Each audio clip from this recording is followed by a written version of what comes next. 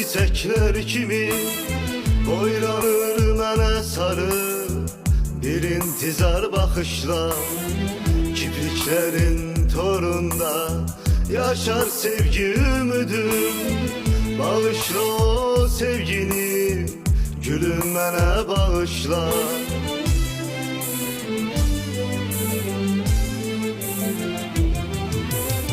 Her gecem bir il olur, ömrümüzde yollanır. Ötüşen hatireler öz ahımdan boylanır. Garip oldu bir sevgi, hayalımda canlanır. Bağışla o sevgini, gülüm mənə bağışla. Gülüm mənə bağışla.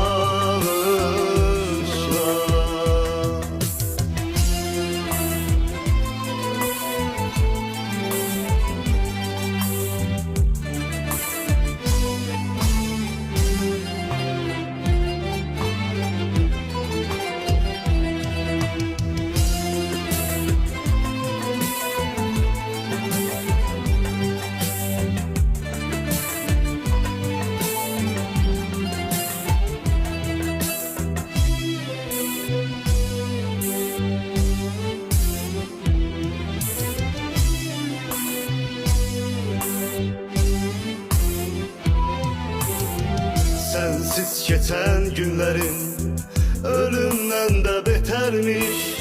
Yokluğunla anladım, ömrüm sana yetermiş.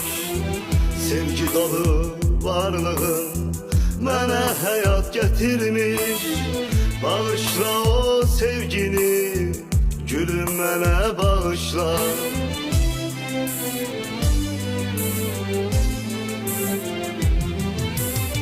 Her gecem bir il olur, ömrümüzde yollanır.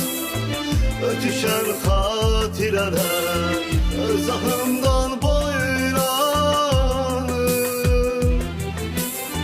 Garip oldu bir sevgi, hayalımda canlanır. Bağışla o sevgini, gülüm mənə bağışla. Her gecem bir il olur, ömrümüzde yollanır. Ötüşen